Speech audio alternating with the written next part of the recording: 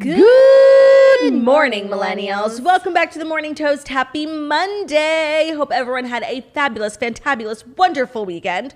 We did, of course, because we celebrated my birthday, and I actually rewatched our show from Friday, and I was like such a Debbie Downer. I was trying. But the birthday blues are very real. I think the birthday blues exist even when your birthday's outside of quarantine and like a national pandemic. I agree. Did you wind up having a good birthday? Because I feel as though that you did. So I had like such a fabulous evening. Like we just had low-key dinner at home, but it was so nice, and we got to see baby Mick, which like honestly, it's all that matters. Like she was so fabulous, and she really made my birthday. And because it was my birthday, like I got to hold her for the longest when usually like we have to share. So it was really fabulous, and I ended up having a fabulous birthday. And I was really so glad. You know, it's like that's what we've been saying. It's like the pandemic and the quarantine has really taught us like what's important.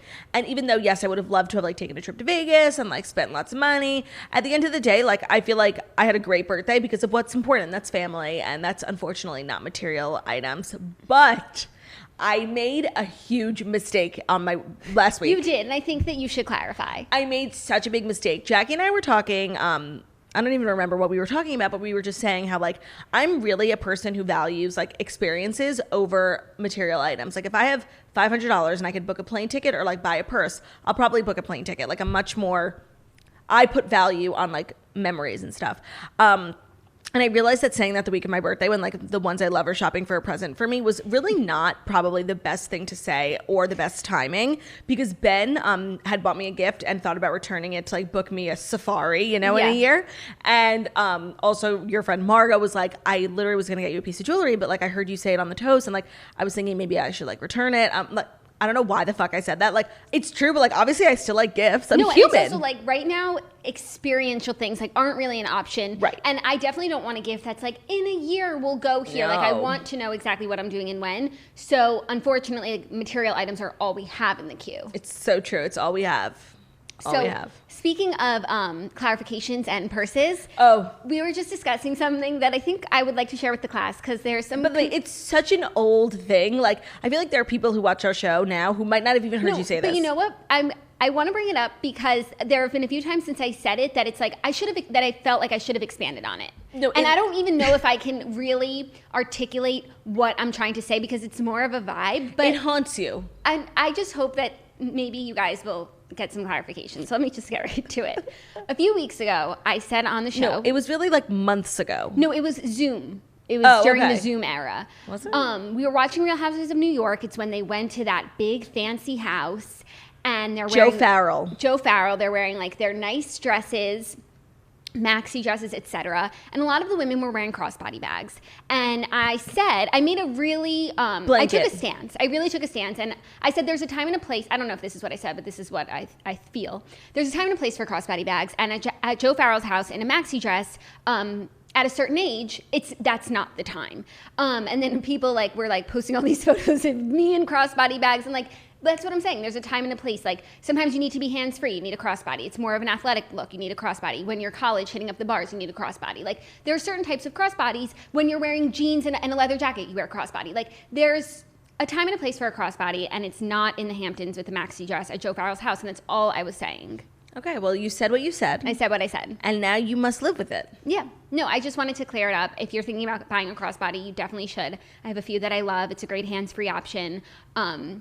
And there are some really nice ones out there. But just it's a time and a place thing, she says. It's a time and a place thing. Do you disagree? No, not at all. You're the one who was out here calling it a bat mitzvah bag. Did I say that? Yes. It is a bat mitzvah bag. That's a fabulous call. Like you're a little kid, you got to keep your things on you. Yeah. You know. You need like your hairspray. It's a very practical option. Very, very practical. But sometimes like when you're at an event, a clutch. Such as one of the biggest developers' houses in the Hamptons. Yes. I just like the look of a maxi dress. And the crossbody just wasn't doing it for me. By the way, that guy Joe Farrell has been in the news recently because he had like a party in the Hamptons where like a bunch of people got coronavirus. Oh no. And Ramona was there, but she claims her and Avery have antibodies. Oh. According to Ramona. Must be nice. I'm actually going to get tested again for antibodies after this because I'm just like, one, I'm bored and I have nothing to do. And two, like, I'm just hoping I'm one of those people. Like, that's not how life works out. For me, I'm not just one of those people who like had it but didn't know and they had no symptoms. Like, no, if I were to get it, like I would get it hard. That's just like my life. And I just keep praying that I'll go to the doctor and they'll be like, you had it for a day. You're cured. Yeah. But probably not. But it's worth a shot. It's worth a shot. Good to keep tabs. Always good to keep tabs. So yeah, I guess now we can get into the news. I had a really great relaxing weekend. I read a lot and I finished Real Housewives of Potomac. I am ready for the season 5 premiere. When does it premiere? August 3rd. Oh wow, that's like soonish. Soonish. Yeah, soon. Yeah, pretty 3 soon. weeks. Mm-hmm. Well, that's fabulous. I mean, I had a fabulous weekend as well because I watched The Crown, and Ben was like, during the week, like I can watch by myself, but Ben like wants to hang out on the weekends and he doesn't watch The Crown. I made him watch 1 episode last night and he was literally like so bored. It's so not his thing. It does like kind of slow down in season 2. It's like a little boring. And you get so invested. Like Prince Philip, like sometimes I just love him and I really want him and the Queen to like have this fabulous marriage. And sometimes I'm like, you are such a pussy. Like you don't support women, like you're so insecure. And same with Princess Margaret. Sometimes I'm like, you know what, she just wants love. And then sometimes I'm like, this girl is so out of control and has absolutely no grip on reality.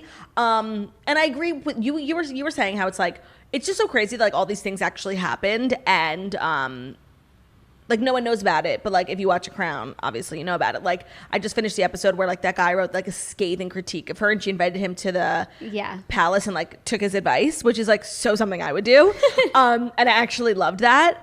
And like that's just a crazy thing that happened, you know? Yeah. And how do they know all this stuff? I think from like royal biographers, like private secretaries, like people writing tell-alls. And I think also eventually, like when it comes to things that happened so far in the past, I think The Crown is kind of open about it. Mm-hmm. So I'm glad that you're watching it and that you're enjoying it. It's very educational. I feel very smart. And I keep walking around the house talking like this. And it's impossible to stop. Is Theo liking it? No. No. He's jealous of the other queen in the house. You know, he's like the number 1 queen. He is. Oh my God. I also, by the way, I got Jackie. This is not an ad, but I talk about it so much. I got Jackie and Zach hooked on the beverage that I take before bed, Some Sleep. You did. I took one last night. I had literally the most amazing dreams and I slept so good.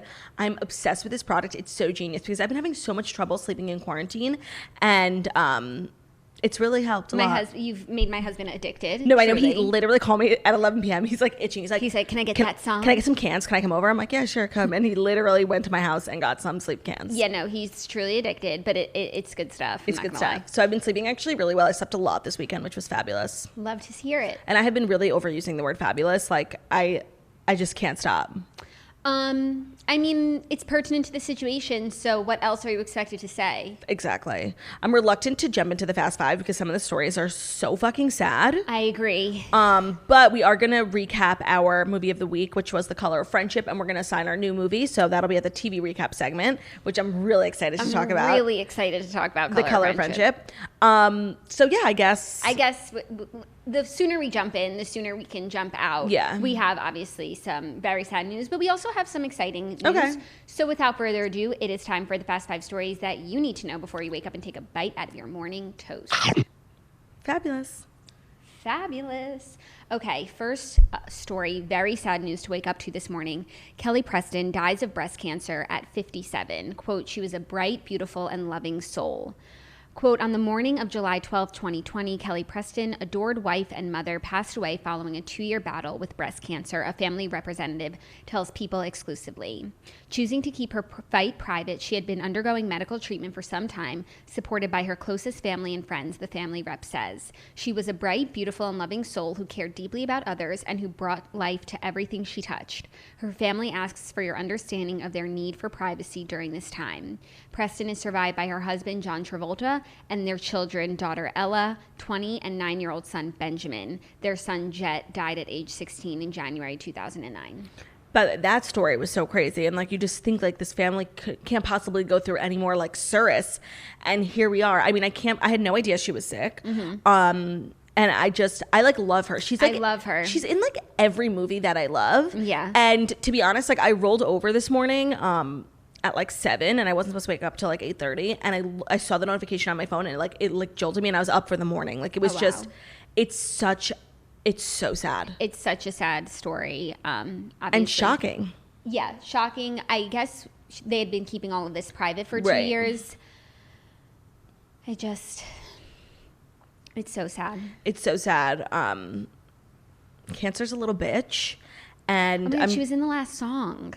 Oh, yeah, she was Miley's mom. Yeah. She's in everything. What a Girl Wants is the iconic role that I can recall. Oh, what I recall is that fabulous Gwyneth Paltrow movie where they're flight attendants. Up in the air. But she plays the nice friend, right? Well, yeah, she plays the one who, like, doesn't, she, like, gives up on the flight attendant stuff in, like, the beginning of the movie. Yeah, she's not the cheater. No, that's Christina Applegate. Yeah. An iconic film. Wow. No, she just has, like, a really accomplished, catalog. Fabulous career, and she has 2 beautiful children who it's just so sad, and I'm like really just, this is devastating, and this is just something like just like death sometimes just like blindsides you, you know? Yeah, definitely. It's like I haven't thought about Kelly Preston in so long, like she's been going through this difficult time. Yeah. Terrible. Well, we're thinking of her family. Yeah. Praying for them. Also, an update in the Naya Rivera story. Naya Rivera's text to a relative may provide crucial clue about her final moments. The missing Glee actress Naya Rivera sent a photo to a relative shortly before vanishing on a Southern California lake that may provide an important clue about her final moments, according to a report. Rivera took a photo of her 4-year-old son, Josie, near a cove on Lake Piru about 90 minutes to 2 hours before he was found alone on a rented boat, Us Weekly reported. Oh, damn. Quote, "We found where that cove was," Robert Inglis of the Ventura County Sheriff's Office search and rescue team told the outlet. Search crews used the background of the photo and the place where the boat was located to help zero in on where the actress might have gone missing, Inglis said. Quote, "We did send our dive members to those 2 locations and search those extensively," he told the outlet. He added that in many cases there are witnesses who see someone jumping off a boat, so we know which area to search and we can find the body more quickly. But authorities said there are no witnesses in Rivera's case.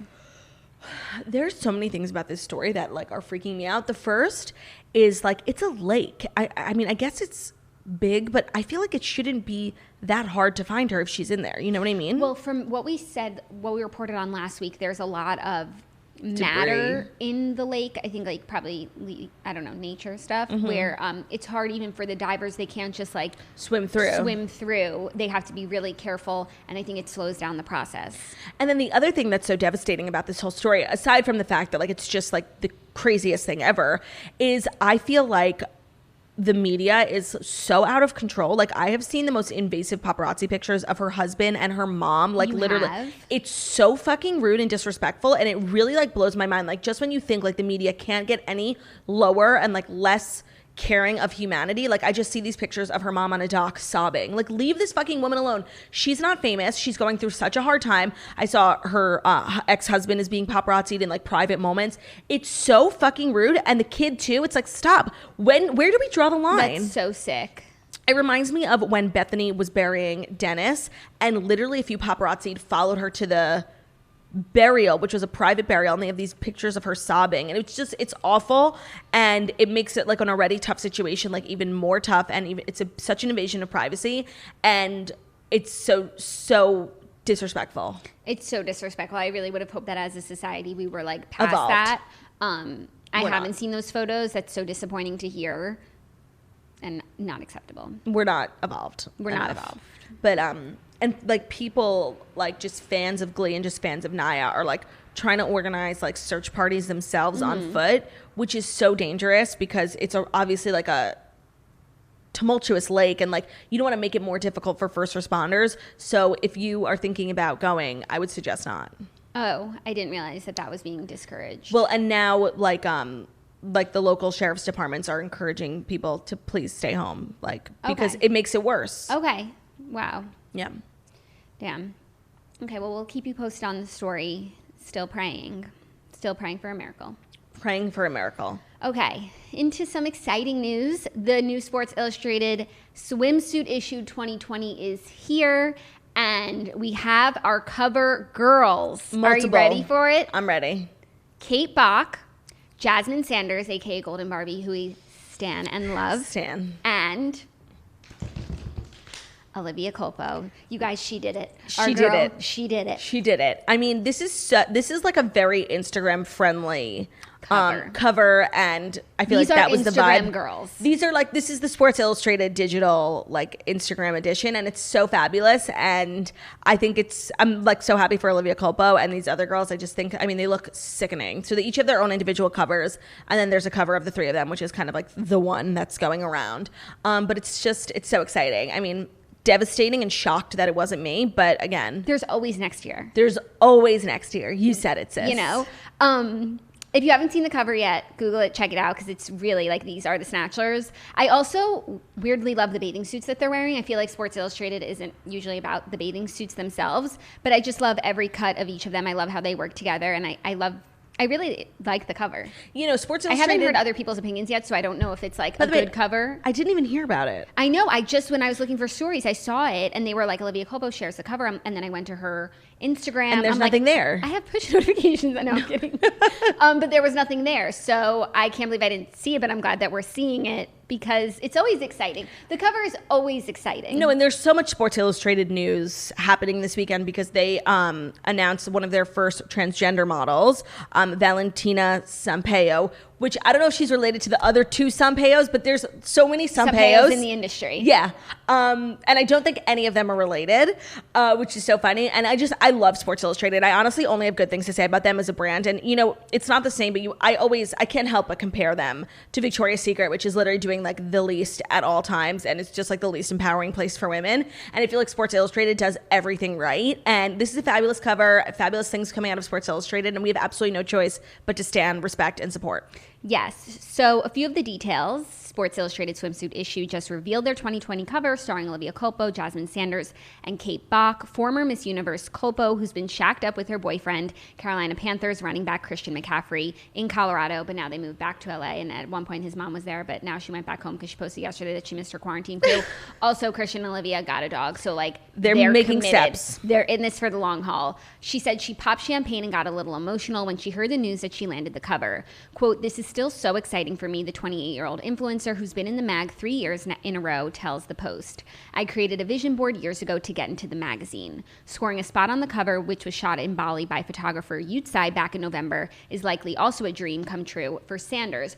Also, if you saw Model Squad, you knew that like Olivia's first time shooting with Yutsai was just not traumatic. It was quite traumatic. So she's really come so far. I mean, you know, I really hope that they do one of those reveal videos where we get to see like Olivia, Jasmine, everyone's reaction to them getting on the cover, because honestly, like that video of Camille Kostick finding out that she was on the cover is like one of my favorite things. I could watch it like a million times, and it's so cute. And it's like so many of these girls, it's like biggest dreams coming true, and I love those like reveal videos. So even though we're in quarantine, like I really hope we get reveal videos. I hope so too. Also, interesting factoid, Jasmine Sanders, who goes by Golden Barbie, she said that she didn't make the cut for the Victoria's Secret fashion show in 2018. Big mistake. But she was 2019 SI Swimsuit Rookie of the Year, and now she graces the front page. So it goes back to what you said, like one of these things is it and the other ain't, and I'm happy to see it. One of these things is whatever you just said was perfect. I thought it was actually like not eloquent at all. But one of these things is it, and the other isn't. So true. I mean, that like put it on my tombstone. Bury me. Yeah. So this is just like, this is always exciting. No, that's really cute. I really like all these girls, and I'm really happy for them. Yeah, and I feel as though like being on the cover of Sports Illustrated is a big deal, and you know, will open a lot of doors. So I'm excited to see where these three go, like how they can take their stars to even new heights, you know? What is your favorite Sports Illustrated cover, like in recent memory? I love the Kate Upton cover. Me too. Because I just love those titties. I love those titties. Like, not to objectify her. I know she's so much more than that. She is a model. She's a mom. She's an entrepreneur.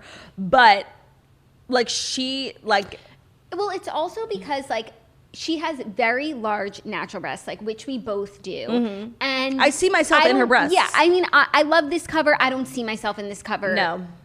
In 2020, but like I saw a bit of myself in that cover, and she did it not once but twice. Yeah, but that one where like her boobs are like literally falling out of the bathing suit, like that's the best one. Yeah, those. I also like that Hannah Davis Jeter one where like her vagina's out. Yeah, also fabulous. Yeah, I mean it's always a good cover. Always, this is no exception. Oh, also the Chrissy Teigen Nina Ogdahl one is also fabulous. Yeah, there's a third person in there, but I can't remember. Yeah, but it's like everyone in there like tushies. True. Perhaps like this is like the 2020 version of that. Right. And now these girls will just be catapulted. Skyrocketed. Even though to me, like these are the biggest stars in the world. Olivia Colbo and Jasmine Sanders. But I'm really happy for her. I'm happy for all of them. Before we dive into the fifth and final, is that what we're up to? No, to the fourth and fourthiest. Oh, wow. That was like so fast. Well, slow if you thought. Whatever. May I? Please.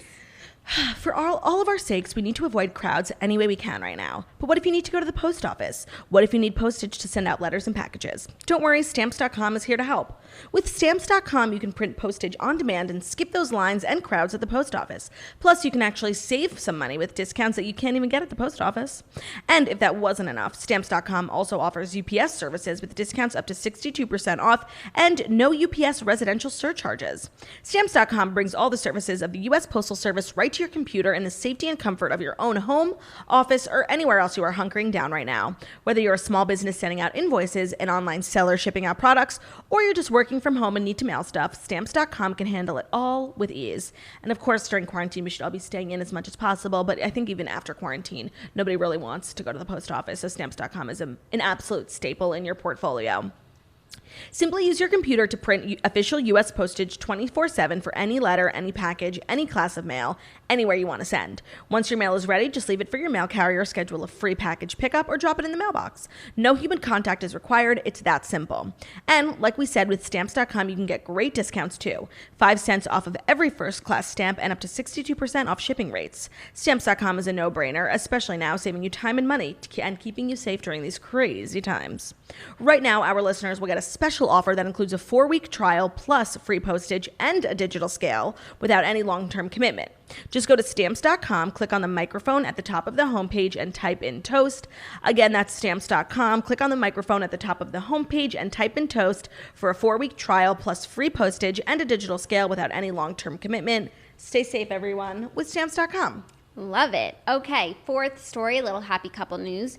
Brooklyn Beckham is engaged to girlfriend, now fiance, Nicola Peltz. This is crazy. The happy couple confirmed their exciting news in a pair of matching social media posts on Saturday, hours after reports about their engagement first began circulating online.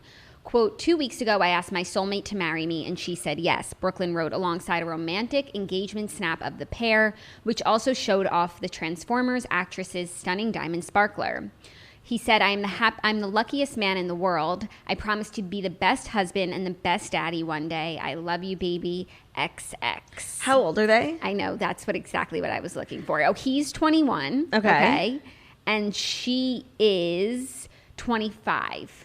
Okay. I mean, I guess that's not that crazy. Like, Ben and I were 21 and 23. I thought they were like 18 years old. But to me, like, they are. Yeah, but they're not. And you know what? I saw this and then I really went down a rabbit hole of stalking them because they're a couple. I honestly wasn't aware that they were even dating. Yeah. To be quite honest, the only real thought I have about her is like when Bella Thorne said that like she was a mean girl and did that whole interview about her. And like, yes. I can't get that out of my head. Yes. But then I started to go down this rabbit hole and like they live a very like fabulous, happy life together. Well, that's the thing. It's like they're so fabulous. And I think the reason why everyone, ourselves included, like regards them as such children, it's because they're both just like famous people's kids. Yeah. So obviously they're just like professional kids. Brooklyn is Victoria and David Beckham's kid, and Nicola Peltz's dad is like some rich man who, oh my, there is a fire alarm. Do you think there's a fire in the building? Oh my God. This is bringing me back to the morning breath days. Remember when this used to happen all the time? No, and this also used to happen at the beginning of the toast when we were burnt toast. Yeah. I mean, I think we're fine. Nobody seems to be alarmed in the hallway. We'll let you know if we start to smell something or something. But I think we're fine. Nobody, like everyone else would be running out of their... Right. Right? Right. Okay. I don't know. This is like a new building for us. I don't know if like these are things that happen all the time. Yeah. Is this something to be taken seriously? I feel like it's fine. Okay.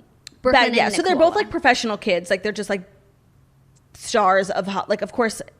Yes, I guess you could say they're accomplished in their own way, but at the end of the day, they're just like famous people's kids. And that's why I think of them as like just like permanent 15-year-olds. Yes, but they are older. Mm-hmm. And the stalking that I did was really enjoyable. I think I even gave her a follow because it was premium content, great flow. She has like, they're just like very...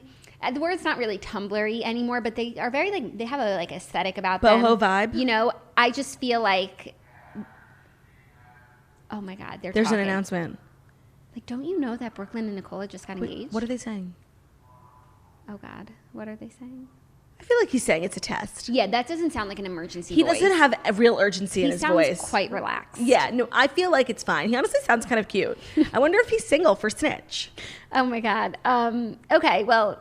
This engagement suite, I can't wait. The dress that she was wearing, by the way, the picture that they posted is just so like glamorous. So stunning. I believe the dress is Victoria Beckham, which gives me hope that her wedding dress will be by Victoria Beckham. Oh my God, that's so crazy. Which just like, I love. Yeah, that's just like a fabulous family to marry into. The whole thing is beyond fabulous. Like, it oozes fabulosity. It's honestly like too fabulous for us. Yeah, agreed. Fifth and final story, a little sad couple news. A couple I'd forgotten about, but I did have a ship in them for the port, and now I have to break it down. Bill Hader and Rachel Bilson have reportedly split. I wasn't like dying for them, I'm not gonna lie. I just I liked it. I didn't think about it again. I don't think I felt like so confident that like they were gonna go the distance, but I was hopeful. Like, to me, Bill Hader's just not like it. Then you obviously haven't seen Trainwreck enough times. No, I haven't. Like, that movie did wonders for him, but it didn't take him all the way for me. I just like she's so cute and cool and everything of the sort. Yes. And so I just liked, it's this mismatched pair. It's just cute. And he's obviously funny. He's attractive. I would not say that. I don't know. His insides are attractive. Yes, of course. Though they just made their red carpet debut as a couple just 7 months ago. They are now Splitsville. They're telling People magazine. Multiple sources told People that the split was amicable, though reps are remaining mum on the issue. Oh, well, I read another... I'm tongue-tied. I'm so devastated over this. I read in a different article that she was devastated by the news. Really? Yeah, I did, actually. Is he a heartbreaker? I kind of feel like Bill he could Heartbreaker? be. I kind of feel like he could be. Don't you feel that? No. I feel that. I don't see him in the way that you do. No, I don't see him at all. Even though him in that movie Trainwreck really was sensational. Right? Like, he was so cute. And he was like the catch. LeBron. Yeah. Okay, those were the past 5 stories. And you did need to know them. And they were pretty fast. We're pretty expeditious about it. Now our TV recap segment, we are going to be recapping The Color of Friendship, which was our chosen movie of the week. And boy, am I glad that we chose it. Boy, am I glad that we chose it, that we watched it. It was so much better than I remember. I barely remember it. It came out in the year 2000, so 20 years ago I saw it. I was 6 years old. I was 8 years old. And better than so much better than I expected when I was like, oh, I'm going to watch the Disney Channel movie that's about race. DComs really don't age well. I recently watched Smart House and it was a piece of shit. I'm sure, Smart House, now it's that's actually a dumb house. No, it's Pat is nothing compared to Siri. Right. But I had forgotten really, aside from that they were exchange students living together, I forgot the premise of the movie where it's set in 1977. Where this crisis, apartheid in South Africa is happening. Right. I didn't realize the political context surrounding it. And then I also must have forgotten that's a true story. Of course. I also must have forgotten, to me, which was the most shocking moment of the entire movie, is that they say the N-word. Twice.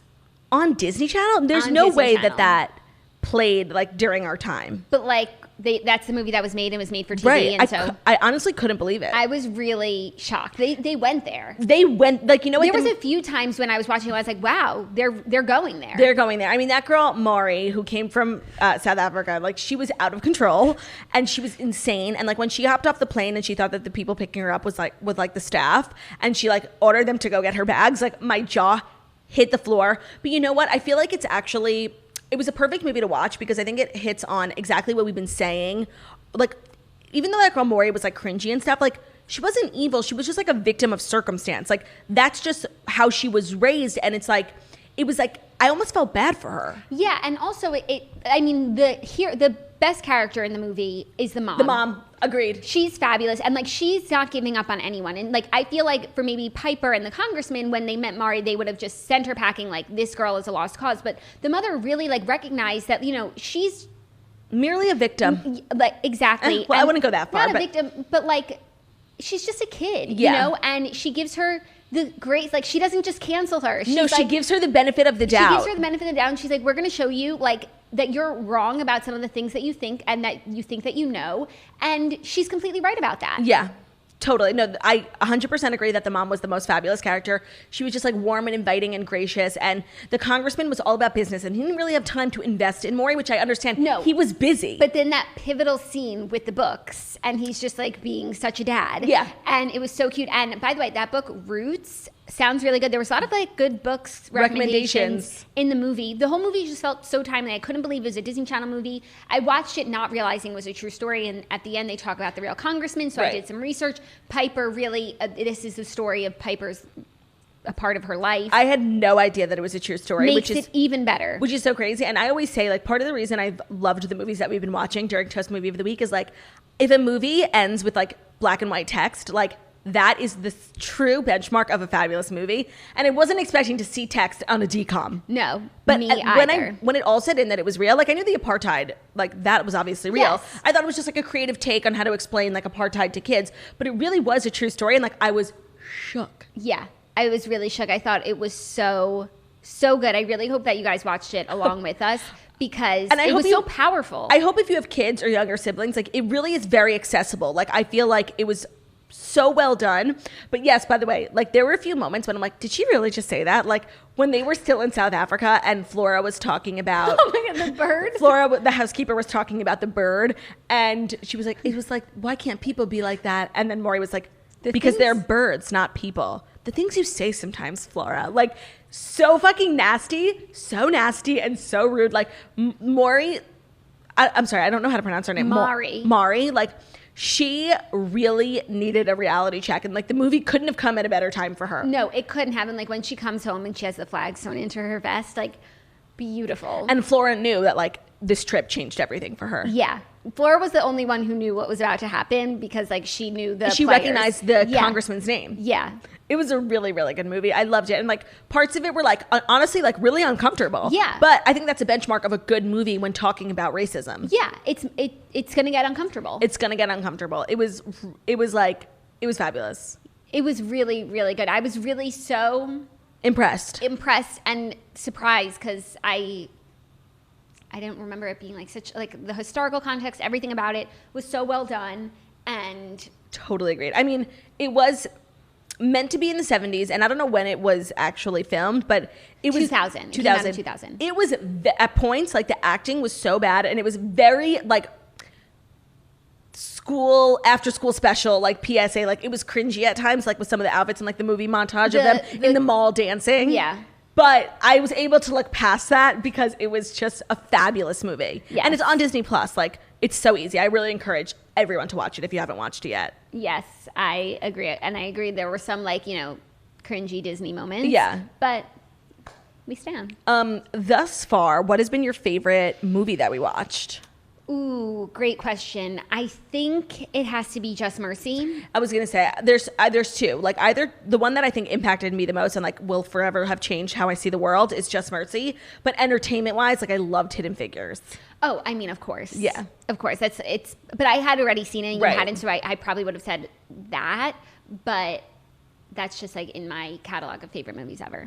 And then with our next movie, I think that I think I actually have seen this movie, like, maybe 20 years ago. I don't know if I've seen it. If I saw it, it was at a time when I was, like, too young to remember what I was watching. So it will be like I'm watching a new movie. Right. We're going to watch Remember the Titans, which I'm excited about. It's a nice football themed movie, so maybe your husbands will want to watch it with you if you have a husband.